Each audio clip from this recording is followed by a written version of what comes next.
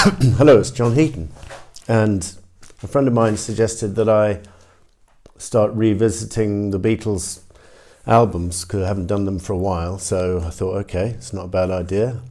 I was going to start off with, rather than do them in chronological order, I was going to start off with Beatles for Sale, but then I noticed I'd actually redone a review of that about 7 months ago. So I'm actually going to start with Help, which I looked up. I haven't reviewed since the summer of 2016 when I was lucky enough to be in the Bahamas where they filmed quite a few of the scenes for the Help movie. So that was quite an appropriate setting. But anyway, I'm going to redo the review now, and hopefully I've got a few new things to say. So this is the album, this is my British mono copy, which I picked up in Somerset a couple of years ago. Wasn't too expensive, so I'm only missing, I think, Rubber Soul and Please Please Me on mono. Got all the others on vinyl, mono. So what can be said of this LP? Well, it divides opinion to some extent. Some critics, both at the time and since, have said, well, it's kind of Beatles treading water and maybe overworked themselves and not had enough time to devote to new material, and maybe it shows similar criticism to Beatles for Sale, because they were very productive during this period. It's true, very busy, and if you look at the 32-month period between Please Please Me and Rubber Soul, they released 6 albums, if you can believe it, plus at least 4 standalone singles.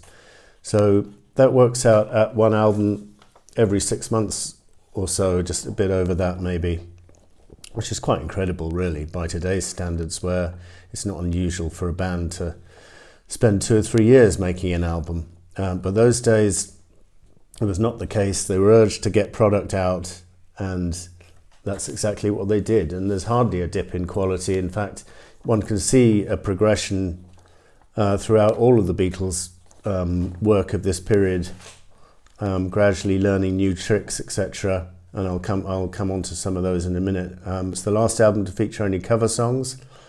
Only 2 cover songs in this LP, where there had been quite a few on Beatles for Sale. None on Hard Day's Night, interestingly. So one can say it's the last sort of semi-old school Beatles LP, meaning it's kind of halfway in between the Mop Top era and a more mature phase. Probably more towards the Mop Top era, if anything. But it's a very accessible album. I think this is the album that both of my kids got into the Beatles via. I think we were driving back from Croatia, and we played this album multiple times, and it stuck, so that was good. So to cover the sessions, as I said, very productive period for the Beatles. So they started off recording Ticket to Ride and its B-side on the 16th of Feb, along with Another Girl. They weren't sure at this time what was going to be in the film and what was not going to be in, maybe what was going to be on the album but not featured in the film, because they hadn't done any filming at this stage, but they're just laying down tracks. 16th Feb they also laid down I Need You. 17th Feb, The Night Before, You Like Me Too Much. 18th of Feb, You've Got to Hide Your Love Away, Tell Me What You See, and If You've Got Trouble, which is a Ringo vocal, which was thankfully rejected because it's pretty awful. You can hear it on Anthology if you really want to. 19th of Feb, You're Gonna Lose That Girl, one of the standouts from the album. 20th of Feb, another reject called That Means a Lot, which I think they gave away to someone or other. Can't remember who. And then, having completed that early batch of recording, which is, if you'll notice, is most of the songs which would feature in the film were already in the can. They went off to the Bahamas and spent 23rd of Feb to the 9th of March in the Bahamas filming in various locations. Very effective location for a lot of the scenes, and the highlight probably of that trip was they just found a remote island, sort of uninhabited island, which was sort of a mile off the coast, or half a mile off the coast of New Providence Island, and they just recorded Another Girl, the video. So that's the video you see in the film of Help. And then, having completed the Bahamas shoots, they went to Austria from the 14th of March to the 20th and recorded all the ski stuff with Ticket to Ride and stuff like that. Very effective again. very good combination, Bahamas to the snow of Austria. And then having decided finally on the name of the film, because it was going to be originally called Eight Arms to Hold You, which would have been a dreadful title, someone or other came across the title Help, probably because they were running away from someone trying to kill Ringo to nick his rings. So John quickly went away and seized the opportunity to write the title track. So that was pretty much the whole album in the can, but not quite. On the 10th of May, they laid down Dizzy Miss Lizzie. And on the 14th of June, a famous day in EMI history, Paul McCartney laid down more or less on his own, but not quite. Certainly in two cases almost on his own, the song Yesterday and I've Just Seen a Face. And then I'm Down, the track, he was backed by the rest of them on that. So three very varying sides of McCartney recorded on the same day, which is quite a fascinating bit of trivia, I think. 15th of June laid down It's Only Love, the Lennon ballad, and 17th of June finally ended up with Act Naturally, the Ringo Buck Owens cover, and then Wait was laid down, although it was put on hold because they didn't think it was quite ready, and then it was resurrected for Rubber Soul. So that was the sessions, quite quickly recorded the whole album, didn't spend months and months overdubbing like they were to do in later years. So what can be said of this album? Well, I think Lennon's songwriting is definitely showing signs of marked development. Lyrics like Ticket to Ride are slightly more mature and less kind of boy-girl lyric than had been the case up to then. And then also a slightly new sound, the way Ringo was playing the drums, which I think was Paul's contribution apparently.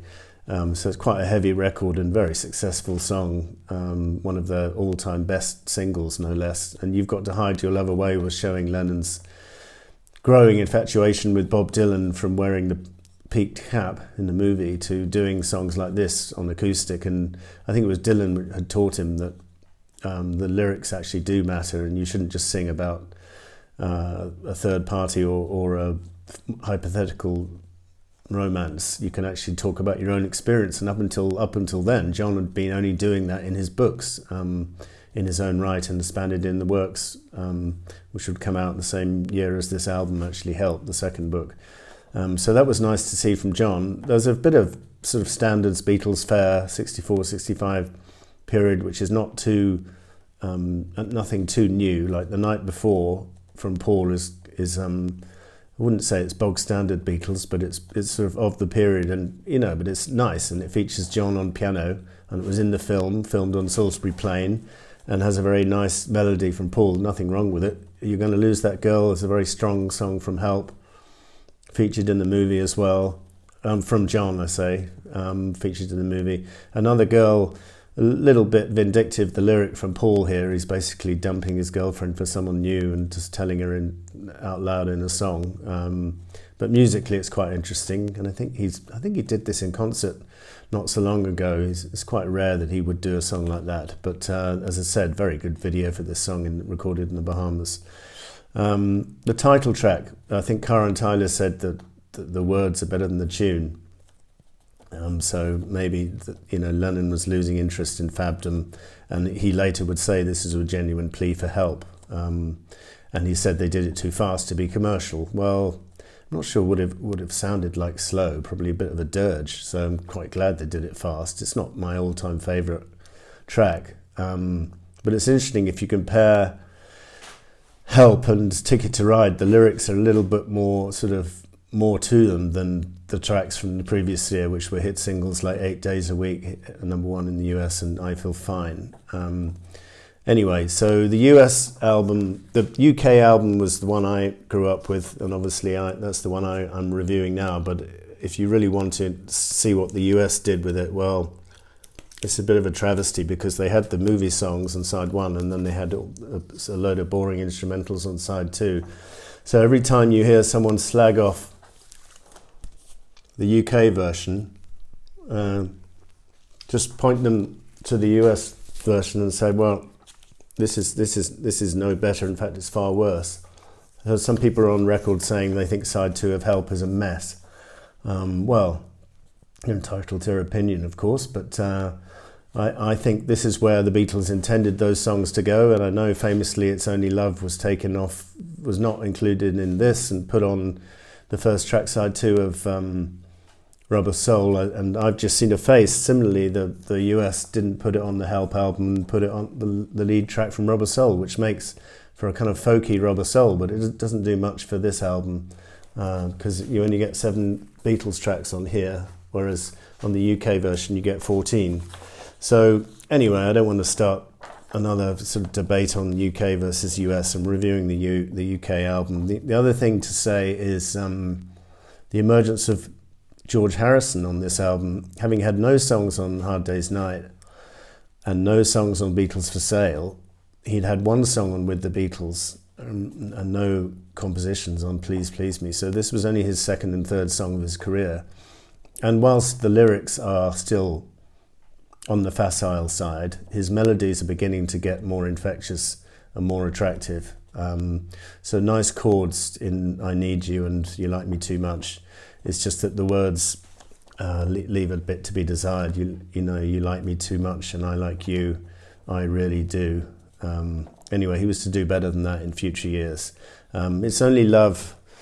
Well, Lennon's on record saying he hates it. I'm not quite sure why. Maybe it was because of pre-Yoko and he says the lyrics are abysmal. Well, they are sentimental, but it's a very nice song. There's nothing wrong with it. In fact, it's a beguiling tune and very well sung by him. So I don't have a problem with it. I've just seen a face. I think Q Magazine was slagging that track off. I was reading a review of theirs of Help and they said this is not a good track. Well, I'd beg to differ. I think it's a bit of effortless magic from Paul. Probably didn't take him too long to write, but deceptively, you know, the simple songs are obviously often deceptively hard to write. And Wings would do this song to great effect on their 76 tour during the acoustic session, with Paul saying to the crowd, "We're going to go back for this one, but if you're over 12, you're all right." Because this song was about 11, 12 years old when Wings did it. Anyway, Tell Me What You See is a track from Paul where John sings with him, joint lead vocal.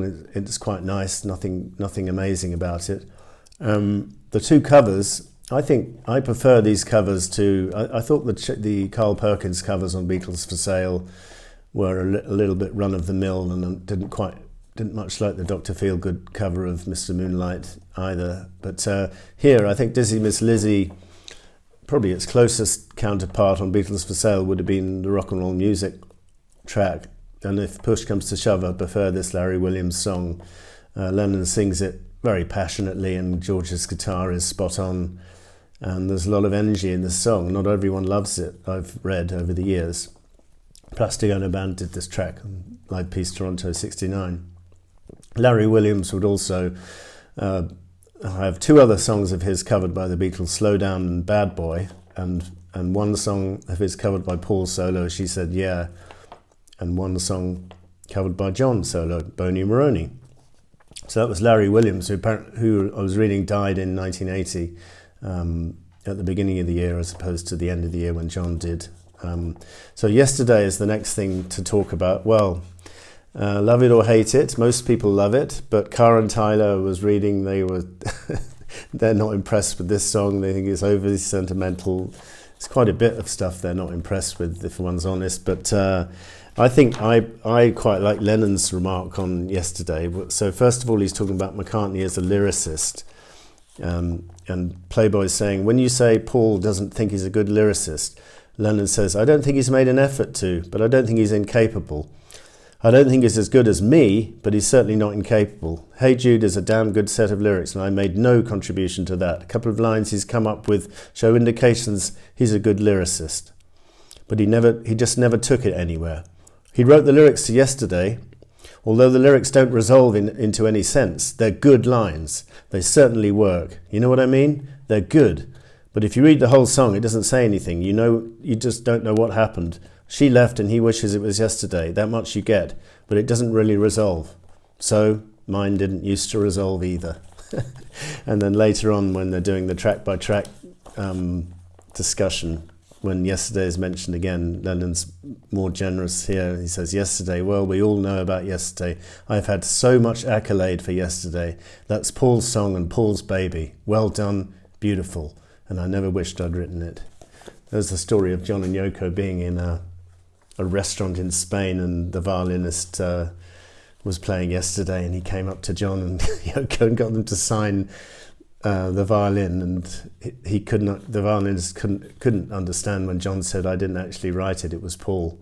But anyway, they signed the violin for him anyway, so that was nice. So as I said earlier, Q Magazine did a slightly negative review of this album and only gave it 3 stars. Well, one is when one is reviewing the Beatles, one either has to compare it within the Beatles canon or compare it to everything else on the planet.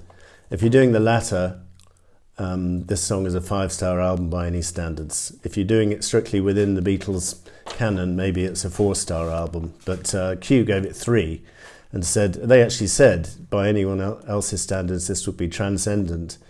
But it was just treading water for the Beatles. Well, if it's treading water, it's pretty damn good treading water. So I've always thought it's a 5-star album. It's one of those albums which I think if you want to get someone into the Beatles, Help and Rubber Soul are probably the 2 albums I'd start them off with. So that's just my opinion. Anyway, that was Help by the Beatles, August the 6th, 1965, 33 minutes, 44 seconds long. So pretty decent sort of standard length for the time, not too long as we get really long albums these days. Quite short and punchy, but not too short. So thanks for watching. I'll see you next time.